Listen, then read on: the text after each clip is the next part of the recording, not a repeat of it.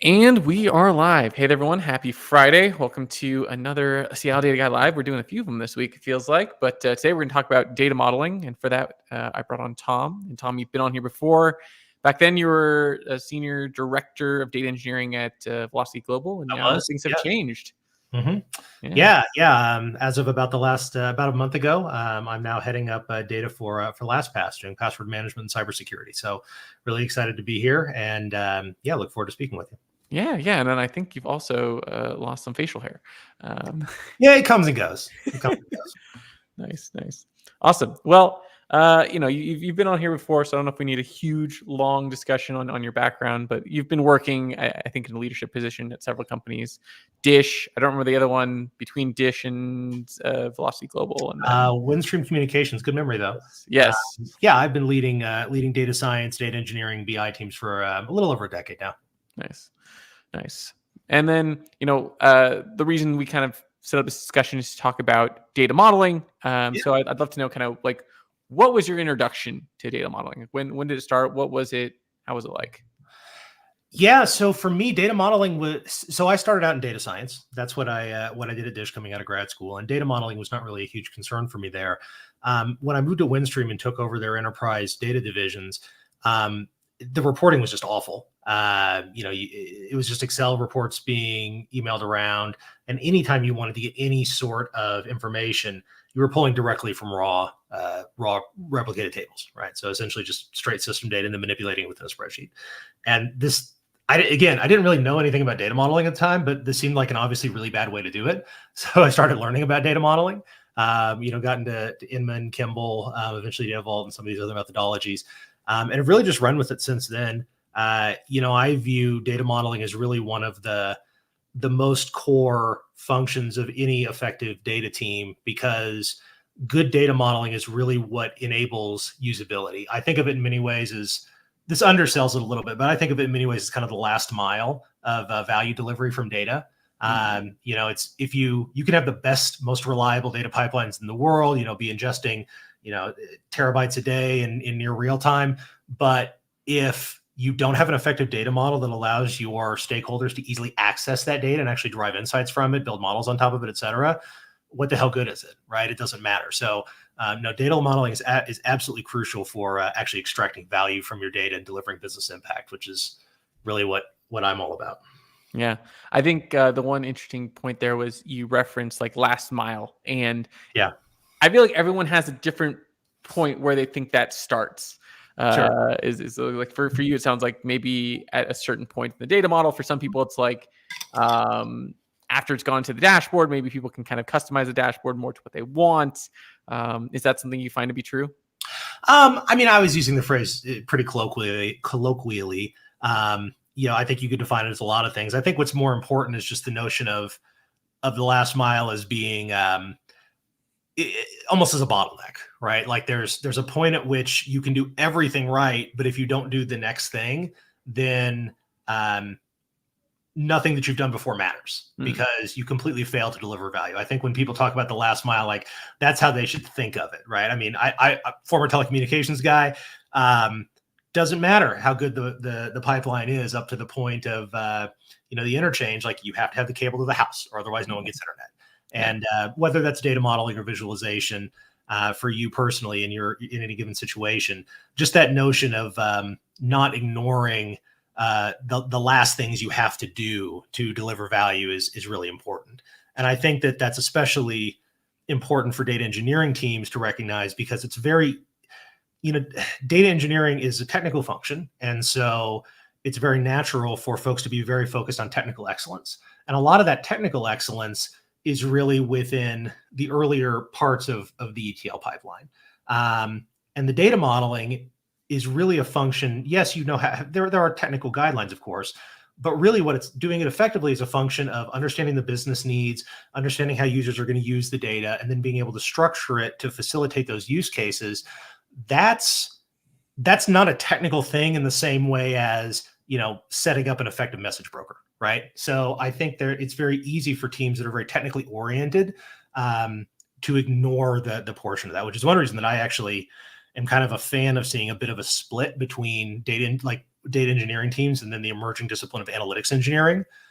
We don't want to get too fine grained with our titles, but I do think that it's a useful distinction to make, because often those are different sets of people with different expertise within an organization.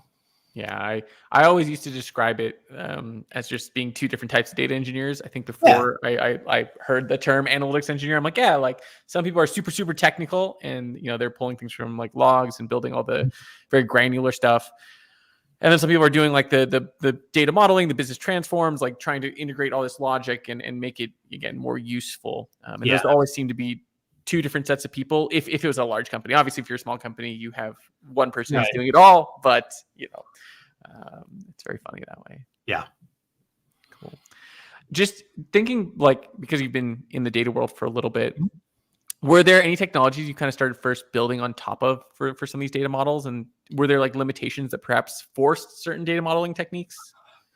I think when you look at the technical evolution, the big change, I think, is our ability to cheaply store and process data in bulk. Because if you look at a lot of the earlier data modeling methodologies, it was truly ETL, right? You're extracting the data, you're transforming it into what you want, and then you load it.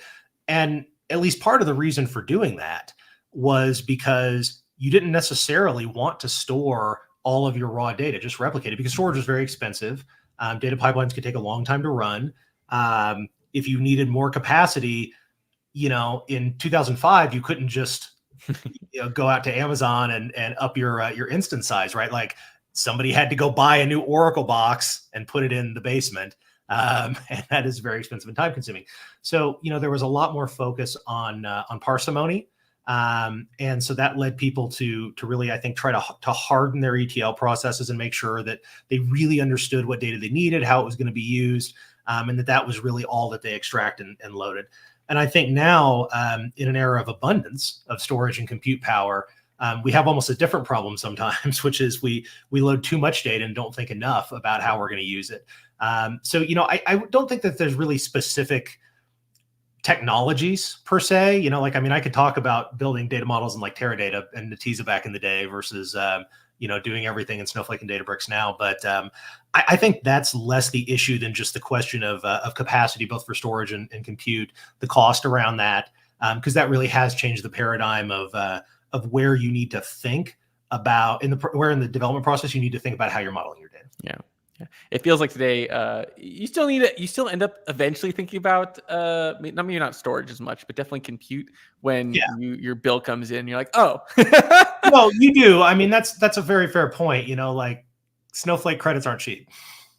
No. I mean, that's the often the joke currently. But yeah, storage like is so cheap, and we'll probably talk about this later. Like that's when I worked at Facebook, which was so weird. Was like, oh yeah, we'll just keep creating date partitions every day of what the data looks like, and I was like, what? Like what? And it's like, oh, it works. It's very storage intensive, but when storage is cheap, it's like, okay, I guess this is less work. I mean, for most companies, Facebook's probably a bit of an exception in this respect, but for most companies, their data volumes are not that big. Yeah. And, S3 is cheap. If you want to get really cost conscious, Glacier's incredibly cheap. So, if you're not going to need something very often, it's just for audit purposes. I mean, you probably could snapshot most of your data warehouse, if you're a company with a few terabytes in your warehouse, and just store it every week or even day if you wanted to, without really driving up your costs. I mean, they would go up, but maybe not to the point that people would throw a fit. Yeah. So, you did reference Teradata and then some of the new technologies. Like, what do you feel like? What else has kind of like changed over the past like decade or so in terms of like in the data modeling world? Yeah, I mean, I think the really big one, and it's nothing revolutionary for me to say, but is just the emergence of the modern data stack as kind of the paradigm for smaller firms to use. I mean, there's older firms. There's plenty of Informatica clients out there, right, who are still doing things on-prem in a very legacy way. But that notion of having single tools that are doing big pieces of the overall pipelining and integration work that are very expensive enterprise-grade tools versus much smaller modular pieces that we can talk about this. You can't really swap them in and out. We can talk about that if you want, but that do very specific jobs, right, and are designed to be interoperable within this ecosystem. I think that's a really big difference, and I think it's a mixed blessing. On the one hand, it gives you a lot more flexibility, and certainly me as a leader, and as somebody who has to manage a budget, it gives me a lot more flexibility on what I do or don't want, what I do or do not think is valuable within a given data pipeline to add these tools or not. But at the same time, there's a lot of overhead with integrating everything. And frankly, just the process of selecting tools, figuring out what you want to go with, trying to pick winners. When you're dealing with a lot of companies that are relatively new, you don't know who's going to be around, who's going to keep expanding their features, who's going to get bought. It definitely there is some vendor anxiety, I think, anytime you go with any of these newer, smaller MDS firms. But overall, I like the flexibility, and that to me is probably the biggest change in kind of the overall SaaS environment around data management. Yeah, I think one thing you covered there that's funny to me, I don't know why, ever since connecting my phone to my phone or to my laptop, now I'm getting calls on it. I think one of the interesting things with MDS is I feel like we've somehow repeated some of the stuff we were trying to fix before. I wrote about this in like a recent article where it's like, because all these solutions kind of just do their own thing, they don't talk to each other. And so we're sometimes stuck doing exactly what we did before, which is like, okay, now we need to, like, in some cases, just put like one task to run at midnight, another one to run at 1 a.m., or you have to somehow put an orchestrator around it again, whether that's Airflow or use one of the other solutions. So I thought that was kind of interesting how we've reverted back almost to like just having a bunch of scripts, but now it's a bunch of tools. And then now we have to put an orchestrator around that. So there's a lot of solutions kind of coming up to fit in that space. But yeah, it's interesting. I read an article, a blog post recently that I didn't agree with, that described the MDS as like analogous to microservices. Mm-hmm. And I get where people come from with that, and I'm not going to pick on this particular blog because I've heard other people make this claim. It's like, it's like a microservices environment, right? You have different pieces that have modular functionality and that do different jobs, but it's not at all, because in a real distributed services environment, those services are largely independent. They should be communicating in a pretty decoupled way, loosely coupled way. And there shouldn't be a lot of dependencies between them, right? Like, you should be communicating via API, via events. And if you can totally just, change the back end of one service and it won't affect anything else as long as the API stays the same. Data pipelines, even within the context of MDS, are very tightly coupled, right? Everything has to go in a specific order. And if any step fails, the next step will fail. You're generally working on unified data storage rather than independent stores for each specific piece of the MDS, because obviously it would be really, I know we talked about data storage being cheap, but you still don't want to replicate it 5 times for no reason, right? Just because you're using 5 different tools. So I think that when we think about the MDS and the role it plays, yeah, it's still all really tightly coupled. And to your point, integration is not seamless. And you do end up having to have some overlying orchestrator like Airflow, which is what I've generally used, because you still have very critical dependencies there that are kind of hard to get away from. Yeah. Speaking of things you don't disagree with, going back to data modeling, is there anything you kind of disagree with any current or even kind of maybe former data modeling practices? Not too much. I think they were what were. We talked a little bit about ETL and the difference between ETL and ELT. I think if companies are still really strict about doing ETL, that's probably a little outmoded. I don't think you really need to transform your data before you load it at this point, again, because of storage being so inexpensive. And generally speaking, you give yourself more optionality by loading it in raw form and then, transforming on top of that to get to a state of usability. No, I mean, I think from a data modeling standpoint, the biggest issues I see are people not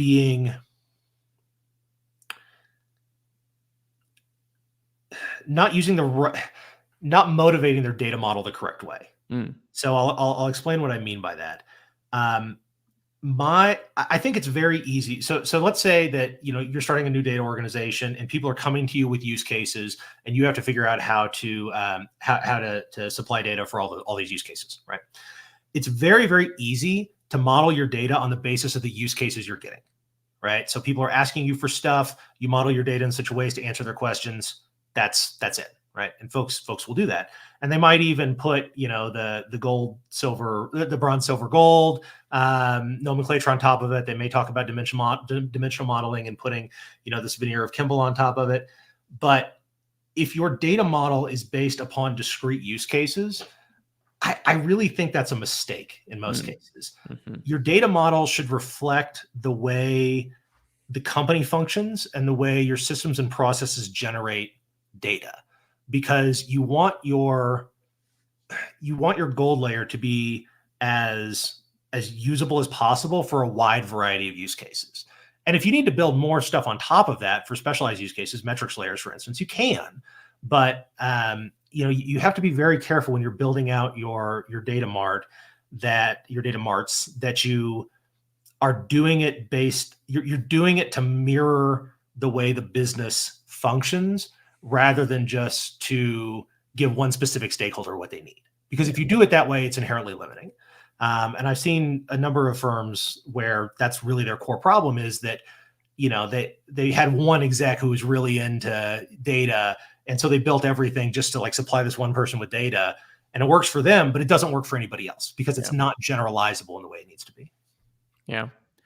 Joe Reese, I think, coined either query-driven data modeling or just-in-time data modeling, where you kind of just build this one use case, and that's the only thing you support. And then instead of having maybe what I usually view as kind of this core data model, like you're saying, that just represents your business to the best of your abilities. Obviously, it's always going to be a derivative, but as much as you can. And then everything else after that, those can be more leaf nodes that maybe hopefully don't have tons of dependencies on them, and other people can build with their business knowledge. Yeah, I'm looking forward to Joe's book coming out. I hope it gets widely read. I'm sure it'll be good based on how good his fundamentals book was. Yes. Yeah. So I was actually just talking this morning about that. So yeah, I'm excited for that as well. Yeah. Are in the data modeling world, are there any tricky kind of examples you've had to deal with when modeling data? Yeah, I mean, plenty. I think that one of the things that trips people up the most are mismatch granularities.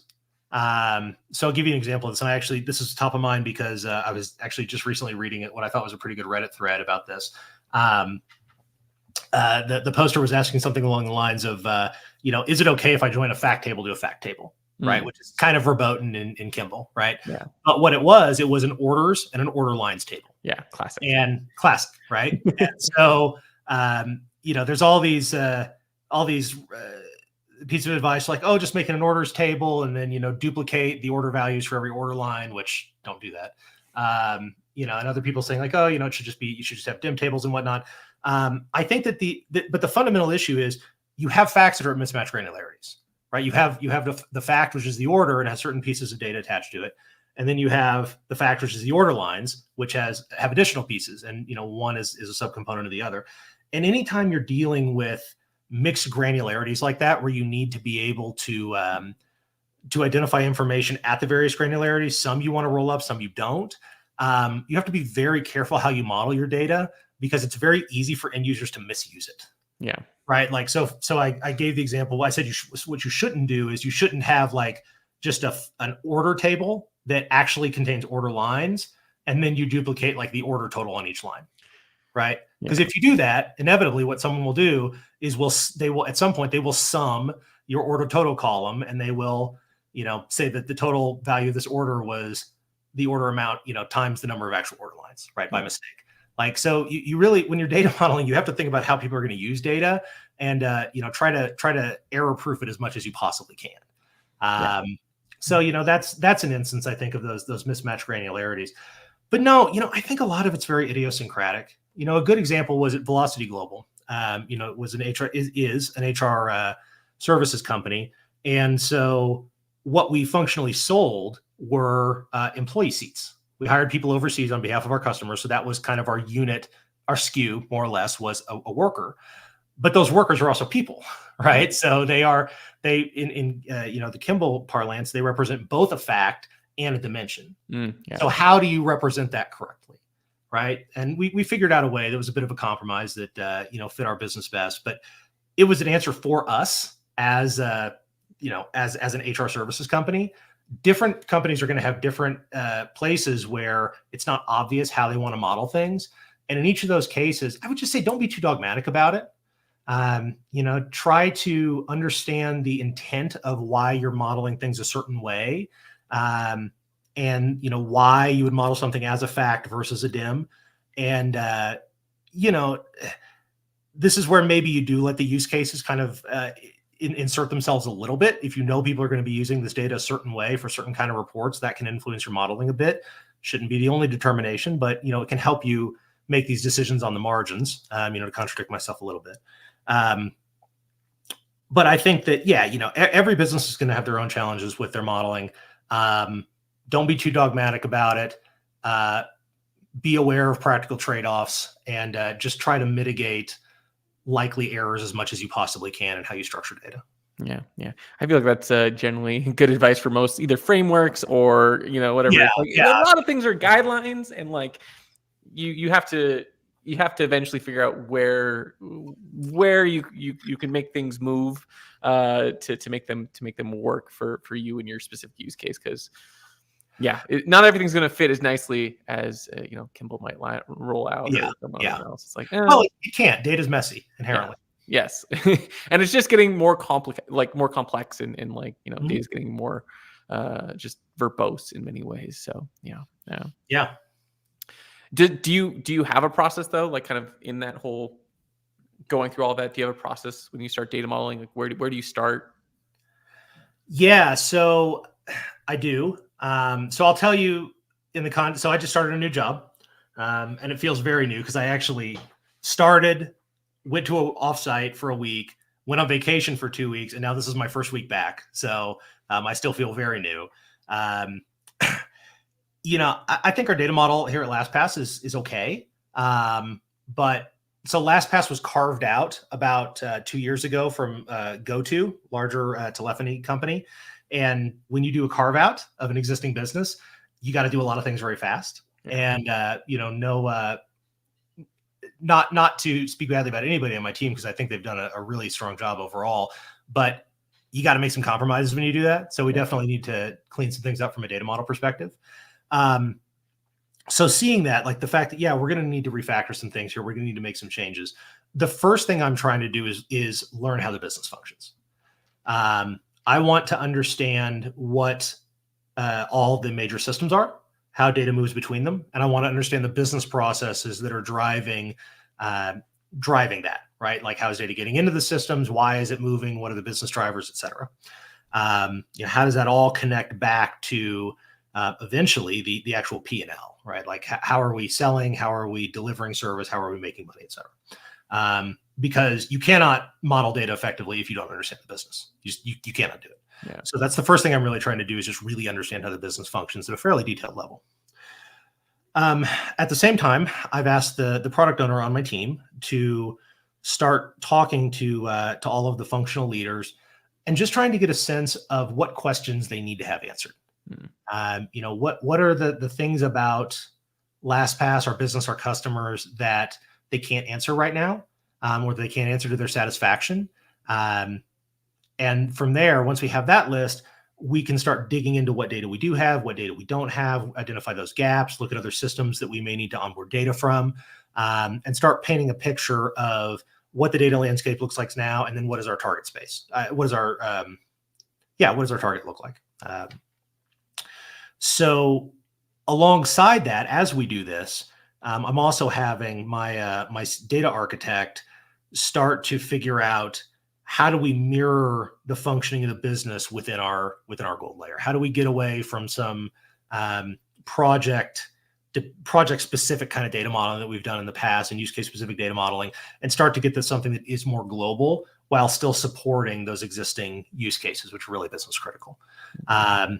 So that involves trying to figure out what are, going back to how the business functions, what are the core transactions that are driving the business? Those become your facts. What are the core dimensions on those transactions? Those become your main DEM tables. how do you want to structure? Do you want to structure this into marts for finance, for marketing, for sales, et cetera? Do you want to have just like one kind of unified customer data platform, et cetera? These are decisions we'll have to make, but those are the kinds of things I'm thinking about as we go through this exercise. But I do want to emphasize, like, it all starts with really understanding the business and really understanding in a detailed way how data is moving through systems. Like, I will be spending a lot of time with our engineering team over the next few weeks and months to really understand how things work here. Because if I can't, I cannot be effective. Yeah, no, I like that you even referenced like the P&L being like, because that's kind of where everything goes at the end of the day, right? It's like, okay, how does all of this impact our actual profits and losses, and how's it all tied to it? Well, I'm a business guy, Ben. I'm a business guy who's learned tech. I'm not a tech guy who's learned business. So my orientation is always like, what value are we going to produce? How are we going to measure it? Yeah. How would you recommend for people who are on the tech side get more on the business side? Get an MBA. You can try that. I think that I think a lot of it just comes down to just curiosity. Yeah. Business is not that complicated. At least not in the sense of just like understanding how a company makes money, how service gets delivered, et cetera. And you don't have to get down into like, the finer points of accounting. That's not important, I don't think. Sometimes it is, but generally speaking, not important for data people to know. But when you're working with your colleagues on the business side, like, don't just ask, what do you want from me? What do you want me to do? Ask the whys and try to really understand how their organization functions, what their concerns are, how they see themselves fitting into the larger firm, what they're doing to drive value, what they see as their role in that process. And, really, really delve into the processes. Data is a byproduct of operations to a large extent. If you don't understand the operations, you can't really understand the data. So like, sit down and talk to people, like, exactly how does this function work? How does the system work, et cetera? It's mostly just curiosity, I think, more than anything else, and being willing to just ask a lot of questions. Yeah, I don't remember who else has kind of similar answer, but yeah, the curiosity factor, I think, is important, right? Like, going beyond yourself and beyond the tech, it's like, okay, what else is happening around me is probably really important. Yeah, if you're just interested in the tech, like, you've got a pretty hard ceiling on your career. Yeah. Do you ever think about like the specific levers? Like, is that kind of one way you imagine some parts of like thinking about the business? Like, oh, there's like certain levers that this business has control of that we can try to twist and test, and that's what we're trying to measure? To an extent, yeah. I mean, I think so like in the instance of LastPass, because we are a SaaS company, one of the things that I'm really concerned with is helping to build out a really robust platform for experimentation, and making sure that, we can, segment audiences quickly, that we can feature flag easily, get experiments out there, that we can measure very accurately what the results of those experiments are. All that is around what levers we can actually push and pull to change the way we're interacting with customers and drive growth for the business. So yeah, I think so. I think it all kind of comes back to impact, in the sense that, if somebody asks you for a piece of data and you say, well, why do you want this? And it's just like, well, I just want to know. Like, well, are you going to can you make any actual decisions that affect the business because of this? Well, if the answer is no, then they don't have a lever. And, unless it's trivially easy, you probably shouldn't pull that data for them, right? Just because it's not a good use of developer hours. So I think that, implicit in the idea of always trying to assess the impact of work that you're being asked to do, is that notion of, is there any functional value to knowing this thing? Yeah. Like you said, it could be bad for the developer in their time. It could also be bad for the person who's like looking at this data. Then they're going to sit there and maybe think they can do things and then not do things. I am generally a big advocate for really narrowing the number of things you look at. I think there's a lot of noise out there, and as data becomes ever more available, there's just more noise, and being able to focus really clearly on the signal within that is a very valuable skill. Yeah. Speaking of kind of like data getting bigger and broader and more complex and verbose, how do you view all of that kind of changing how data engineers model, both in terms of the fact that data is getting more complex, right? Like before, I like to think about it like the data we had access to was like transactions, like very minimal information. And now it's like we have so much information on a transaction that's like, around the transaction, not just like this was purchased at this time. It's like this was purchased at this time by this person, and you could probably even have a picture of the person's face somewhere. And so what does data modeling look like that in this kind of like overly, like we're just getting so much information kind of world? Yeah, I don't think it actually changes that much, because I think if you've structured your data to reflect the business, there should be very natural landing points for that data. So like in your example, you've got a customer who's executing a transaction. Maybe in the past we knew 10 things about that customer and now we know 50. Well, that just means a wider dim customer table, right? So, and some of those pieces we don't even need to onboard. Right? It's probably not important to have, the image of somebody's face in some form in your database, in your data warehouse. So, I don't actually think it changes data modeling all that much. I do think companies that are trying to use generative AI are going to have some data modeling challenges, and we can talk about that, but because I've experienced that a bit, and that's a very different thing. But I think when you're talking about just tabular data, even if it's from a lot of sources, even if you're going out and buying like all kinds of different third-party data sources that are now available, generally speaking, if you've modeled your data well, most of the time you're going to have a pretty obvious way that those new sources are going to graft onto your existing data model. Yeah. I would like to kind of dig a little more into like that data modeling, LLMs, AI, because I think you talked about doing some of that at some point. So I'd love to kind of know that experience. Yeah. So Velocity Global was pretty enthusiastic about AI and remains so as far as I know. It certainly was at the time of my leaving a month ago. And I think they're going about it the right way, which is enthusiastically but carefully. So I had the opportunity I spent about the last year or so actually working pretty intensively on a lot of generative AI projects. When you're modeling data for generative AI, you move from thinking about how an end user is going to need to use the data to how an LLM is going to have to use the data, and and I should preface this by saying, I think most business use cases are going to end up being RAG. They're going to end up being retrieval augmented generation, because there's just not a lot of solid business applications that I know of, or that I can think of, maybe it's lack of imagination, but that I can think of where you're just using kind of an LLM out of the box and not doing anything specific to your data. And generally speaking, like fine tuning on your own data, if you've got a ton of data, you can do that and maybe get good results. But for most of us, like we're not going to have enough data, and you just don't get good results from trying to fine tune an LLM to generate answers based upon your own data. Mostly what you're going to do is structure your data in such a way that an LLM can consume it, pass the data to the LLM, and then have the LLM utilized in some way to provide an answer to a user. So you have to make this mental shift from how is a human going to use this to how do I structure this for an LLM? And what a lot of that's going to come down to is how am I chunking this data? How am I organizing it within my vector database to make sure that I'm optimizing my search, whether that's semantic search or more traditional keyword style searching, and how am I ensuring that the answers that I'm getting from this LLM, that I'm storing them, I'm utilizing them to for human feedback and reach further fine tuning the LLM to behave well.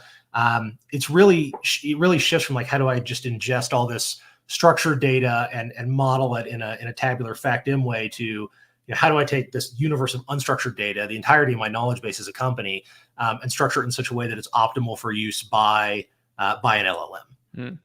And I think over time, best practices will emerge here. My view generally on generative AI is that, at least for the current transformer-based generation of models, absent a big architectural leap, which is always possible, but absent a big architectural leap, I don't expect huge performance increases. And that's mostly for two reasons. One, because, I'll use ChatGPT, 3.0 to 3.5 was a big difference. 3.5 to 4 was less of a big difference, noticeable, but less of a big difference. 4 to 4.0, it's a lot faster. It's a little bit better, but I don't personally for the applications that we were training on, like we didn't see huge performance differences between the two in terms of like accuracy of answers it's providing. Yeah. And my understanding is that it's really becoming difficult to keep ramping up the training, and that even OpenAI, I believe, has pushed back the release of 5 because it's taking them longer than they expected to train. I could be wrong on that, but that's my impression from reading the tech press. So I do think that at some point you're hitting an asymptote, and honestly, like how much data is available in the world, right, to train these things on. You combine that with the fact that that firms are starting to realize that, hey, my data is really valuable, and actually, I'm not just going to let Sam Altman use it for free. You're reaching a point where it's going to be really hard to keep advancing these models absent another big architectural evolution.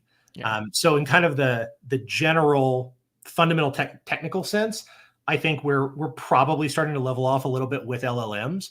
But that said, that's like the research side of it, right? The implementation side of it, and how you like all just the know-how about how you actually utilize LLMs of various sizes to build business applications and drive values. We're so in the early days on that. And so, that's where I think that all the best practices that come out of just years of people working with this stuff and figuring out how to make it effective, like we don't know hardly anything. So right now, I think most firms trying to do it, it's mostly trial and error. It certainly was at Velocity Global.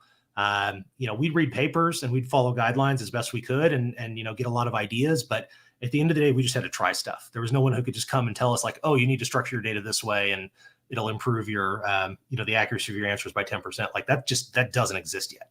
Yeah. Yeah. There's no stack. Well, there's probably limited Stack Overflow answers on like, hey, how do I improve this? Does anybody use that? I thought they just asked ChatGPT now. Yeah. I mean, like probably there's a lot of that, but I think it's someone once wrote somewhere, and I get what they're saying. Like, it's like if how do they say it? Basically, the insinuation is like if all you do is code things that ChatGPT can answer and you don't have to like build on top of it, you will be replaced, was kind of the notion. Yeah. Because it obviously helps at some level, but then like when you actually have to like implement it, kind of like what you're doing right now, it's like when you actually have to take that and apply more complex ideas and patterns onto kind of an unknown space. You can't just go to Stack Overflow or ChatGPT and be like, how would you do this? And it's going to give you an answer maybe, but it can't fill in those gaps, right? No, it can't. And, people have to think about contextualize the technology in the right way. It's very easy. There's obviously so much hype around AI. Every vendor has an AI strategy. It's very annoying.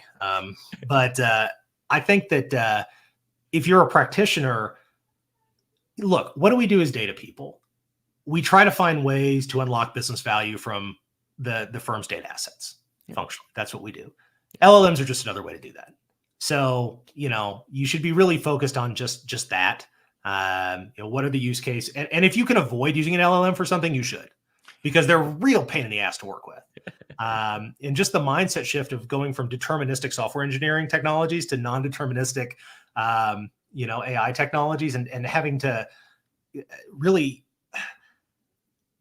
be okay with a certain threshold of wrongness, a certain possibility of wrongness. Like, you don't want to do that unless you have to. Yeah. So unless something's either relatively low stakes, or it's still, and this is actually, I think, more common, still going to have a human reviewing it, but the LLM really enhances their productivity. Yeah.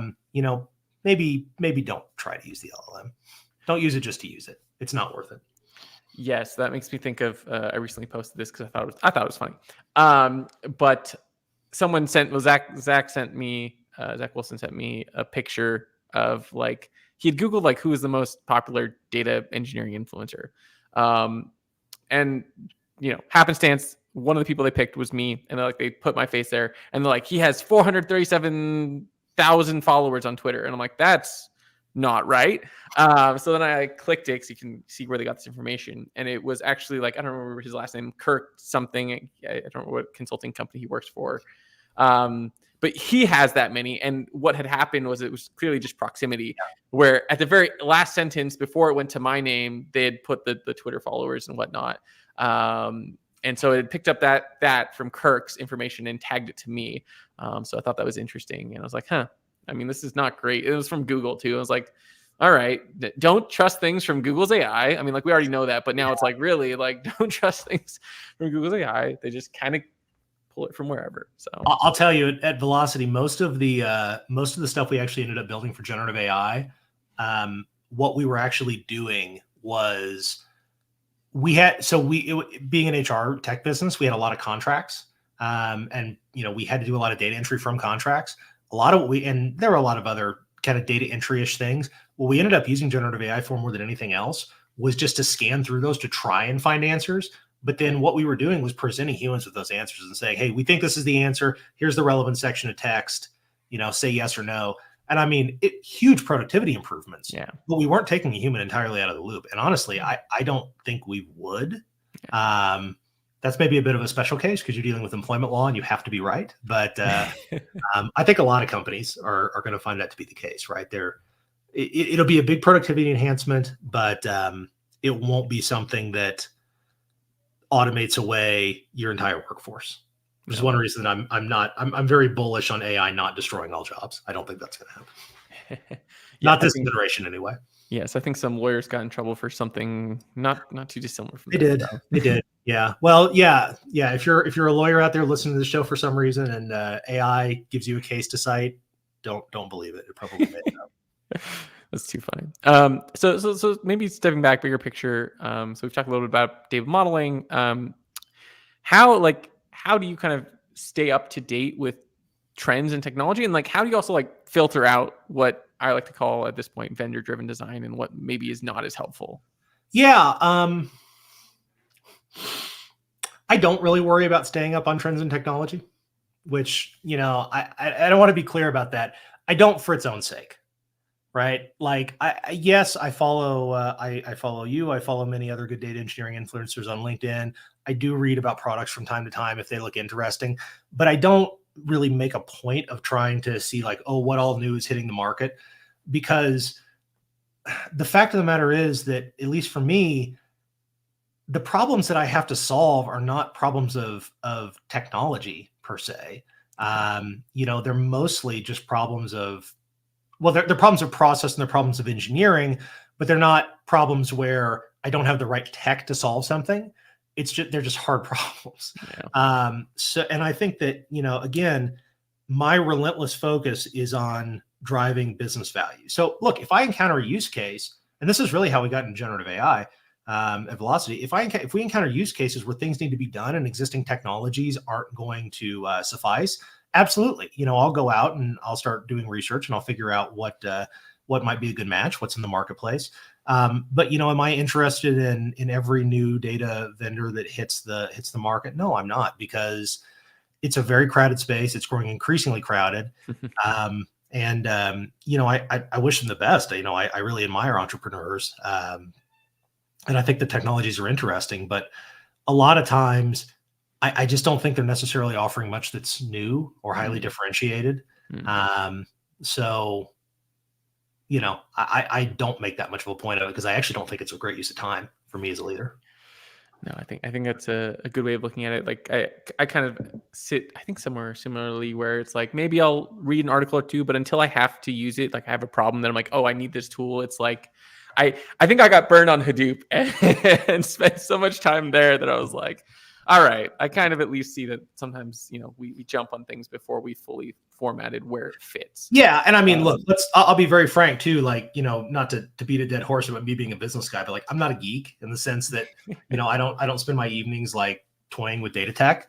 I'm much more likely to spend my evenings reading, the Economist or the Wall Street Journal than I am messing around with data technology. So I'm interested in technology, but it's not a hobby, I guess. Yeah. Well, that probably leads us to a good question from someone, which is, speaking of reading, what resources would you recommend for learning data modeling? Oh, you got a book somewhere? Is that right? I have all my books. All your books. Oh my gosh. I'm hoping I can just hold up the Kimball book. Yeah. Read this. That's the first thing to read. Look at that. You've got plenty of notes in it already too. Everybody should read that. And then you should all read this because got Joe's book. That's funny. Let's see. It is very heavily annotated. It has the most sticky notes. I think my copy's upstairs. But if you really want to get into to data and really understand it, you should bite the bullet and work through designing data intensive applications. Oh yeah, DDI. Yep.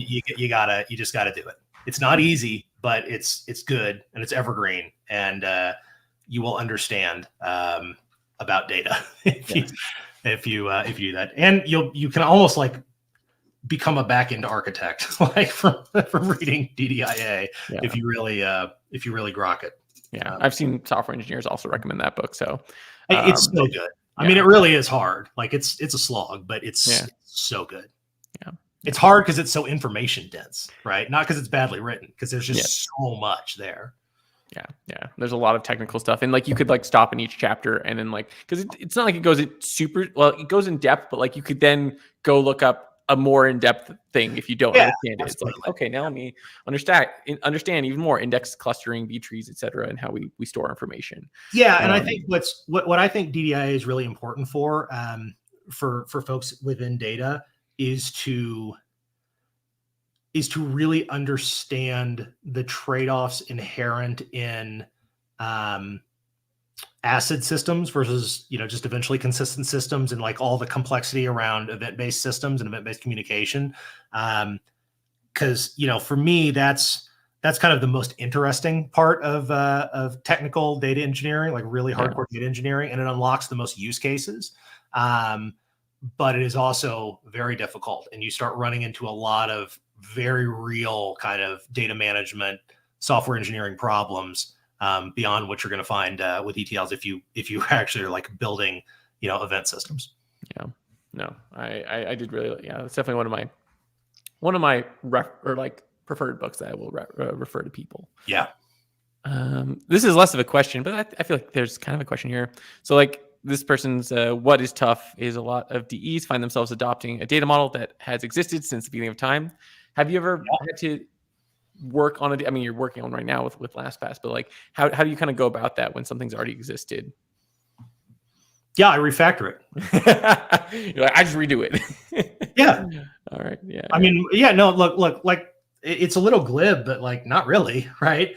So when companies change, the businesses change, data changes, you got a data model. Maybe it was beautifully designed when it was first built, but over time, it's going to drift, right? The business processes are going to change. People are going to add things in ways that aren't necessarily consistent with the existing model.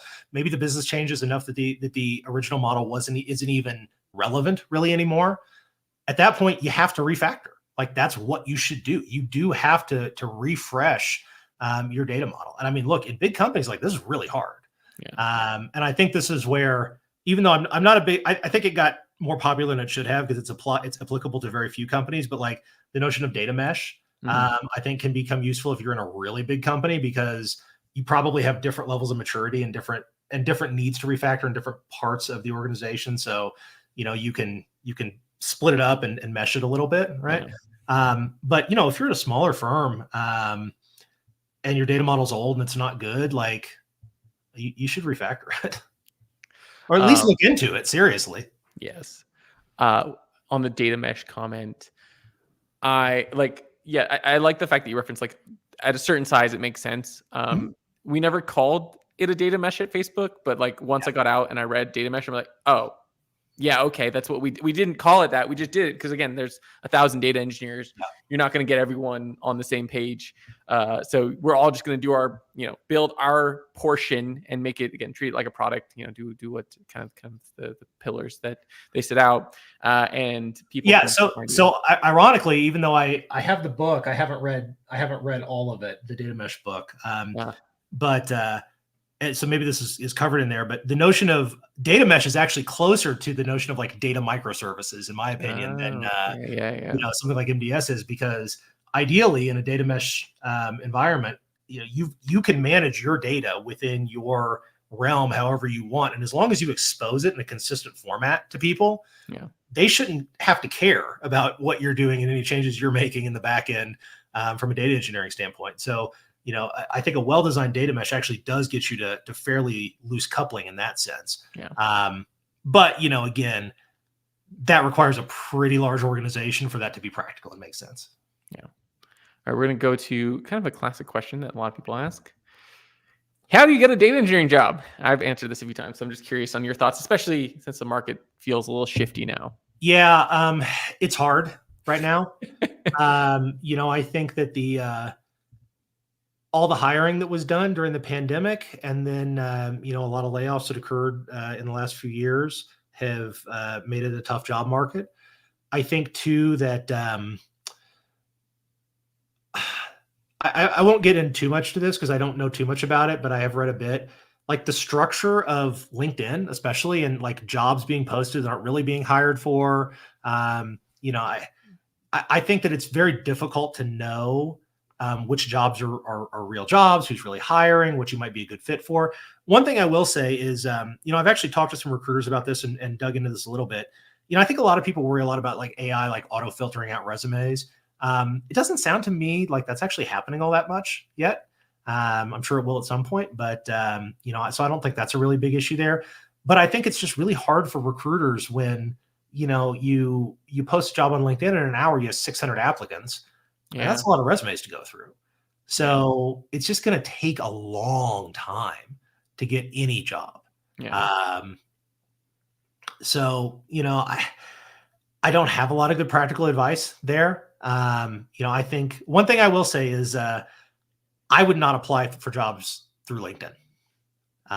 Recruiters can tell if you actually apply through the website versus LinkedIn. Oh. And in most companies, most ATSs will allow that.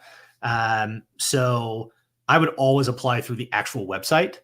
Pardon me. So that's just one practical tip. I mean, I wish I had more for you. It is a tough environment. I will say, I think that if you are a career switcher, doing things that actually do get you credentials, even if they're certificate credentials, whatnot, or boot camps. I've actually hired a number of people out of boot camps and they've performed really, really well. I'm not going to not look at somebody because they went through a boot camp rather than, have a CS degree, for instance. I think portfolios are kind of overrated, to be honest. Mostly because, so just my perspective as a hiring manager is that if you have your personal Git, you have some projects out there, I have no way of knowing how much of that you did yourself versus how much you just pulled from somewhere else. Now, I mean, with ChatGPT, like it's not that hard to build personal projects. And as a hiring manager, I'm certainly not going to like go through your code in depth to try and like, was this, generated by an LLM or did a person actually write it? Like I don't have time for that. So for me, personal projects that are just kind of rinse and repeat of stuff that you can find anywhere is not worth much for me. Now, I think if you have a hobby that you're really into, like if you're super into baseball, right? Like you just love baseball and you've got a personal website that's like a bunch of sabermetrics and, you've got a bunch of cool visuals of stuff you've done around baseball statistics. Like I'll take a look at that because to me, not just because I like baseball, but because to me, that feels much more authentic. And that's something that feels like you're not just throwing together a portfolio to try and get a gig. Yeah. So, I think if you're going to do a portfolio, make sure it's not generic, make sure it reflects real interests you have. And ideally, rather than just like, your own personal Git repo, make an actual website, right? Like it's not that expensive. It's not that hard. With a lot of the tools that are out there, make a personal blog that has some, cool data stuff embedded in it. Like, for me as a hiring manager, that's going to be a lot more impressive. Plus, I will say, even though this does not really reflect me personally, when I'm hiring engineers, I do like to hire people who clearly really love tech and who find it fascinating. So, if I see that somebody's gone to the trouble of like learning at least a little, they've learned a little bit of React, right? So that their personal website actually looks cool. Like I absolutely am going to take that into account, even for a data engineering job. Yeah, no, I think that makes sense. And I like that little tip about LinkedIn because that's something I didn't know about applying. I think the only other thing, like generally referrals are helpful, but I feel like now everyone kind of knows referrals are helpful. So everyone's getting referrals. Yeah. I mean, look, if you honestly, yeah, if you want to get a data engineering job, like go to as many meetups as you can, talk to as many people as you can. If there are specific companies you're interested in, if there's a way that you can, talk to them, talk to people on their data team, like do it. Don't cold reach out people on LinkedIn. It will not go well. They They'll just will be not ignored. respond to you. And if anything, it makes them less likely to hire you because that's really annoying. Um, don't just do that. But if you can go to meetups and whatnot, like I think that stuff's really good. Oh, the other piece of advice too that I would give is, if you are, it is extra hard to get remote jobs. Yes. Because it has an unlimited applicant pool. So, if you really want to work in data engineering and you're in like a reasonable metro area, like find companies, like large companies that are within what you would consider a reasonable commute, and really focus on those, both for networking and also for applying for jobs, because that, again, remote everybody's going to apply for remote jobs. Yeah. But if you can say, yeah, like I can come in 5 days a week to this job, you may not ideally want to do that, but if you can do it, now all of a sudden you are swimming in a much smaller pool of applicants. I mean, unless you're, in like San Francisco, but, in any case, like being willing to come in and really focusing on jobs that are local to you, will, I think, probably serve you better than just applying to a million remote jobs that everybody else is also applying to. Yes, exactly. I want to be mindful of time. We have 1 minute, so I'm going to ask one more quick question, and then we can kind of wrap this up. So, do you think DE work has a good future, specifically for someone who's in their 20s? Yes, I do.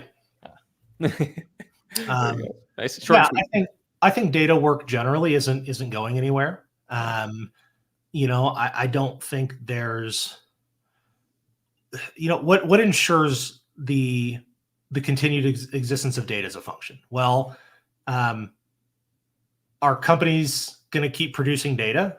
Yeah. I mean, at an accelerating rate. So that's not a problem. Data itself is not going anywhere. Does data still come from a lot of disparate sources? Like, is that going to get solved anytime soon? Nope, absolutely not. If anything, the sources are only multiplying as companies, outsource more and more pieces of various functionality, which has been going on for the last 20 years and continues. So there's still going to be a wide variety of sources, a wide variety of quality.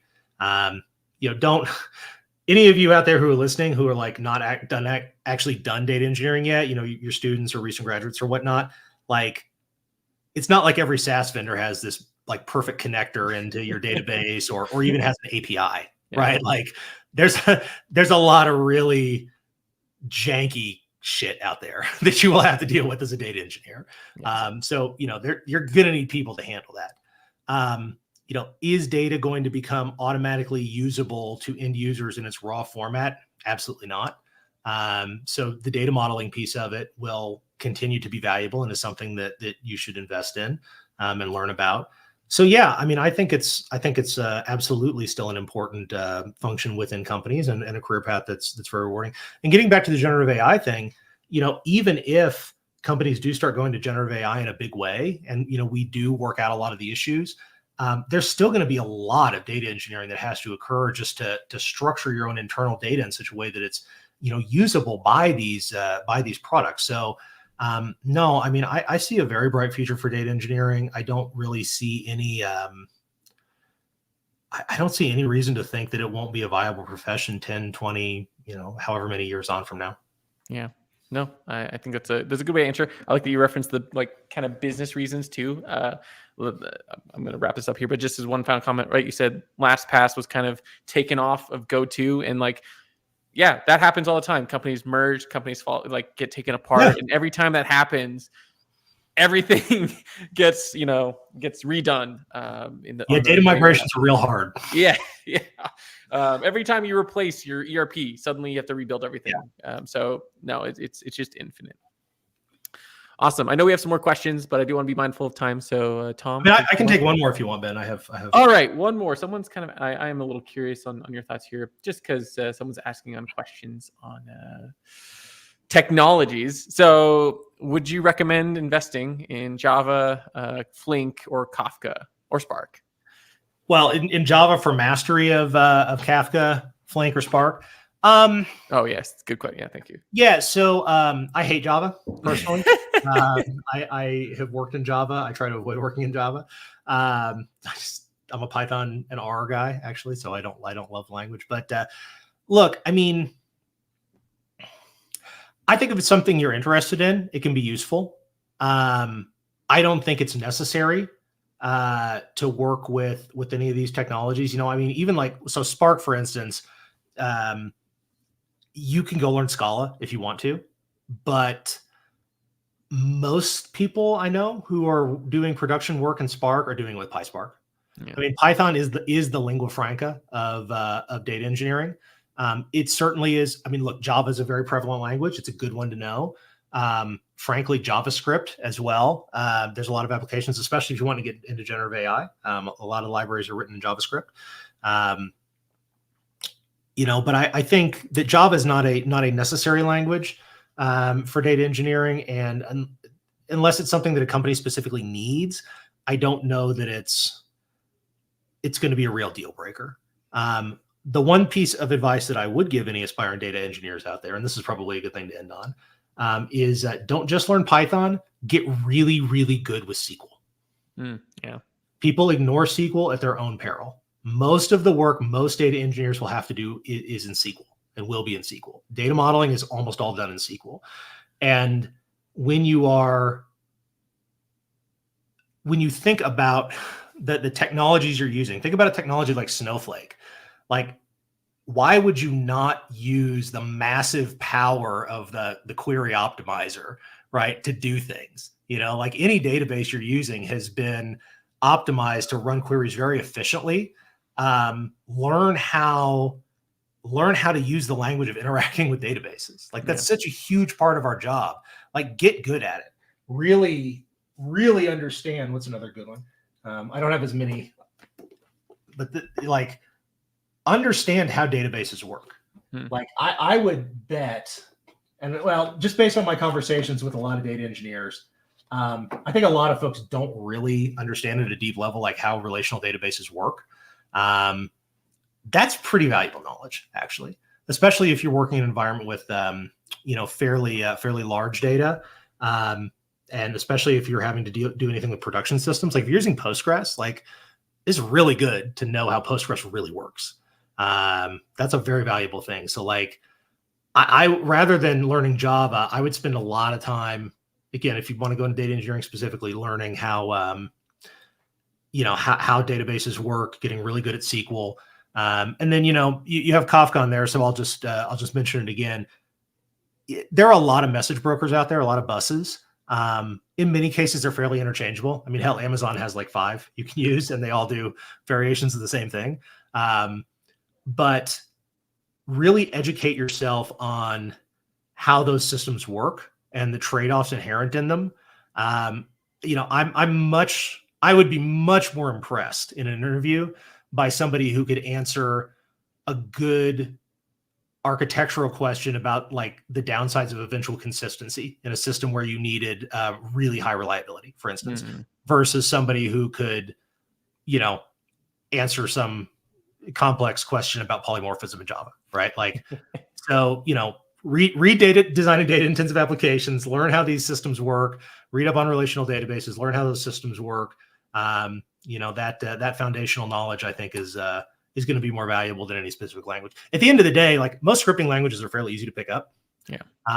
If you need to, especially for the kind of work we do, which is, not building full stack software applications.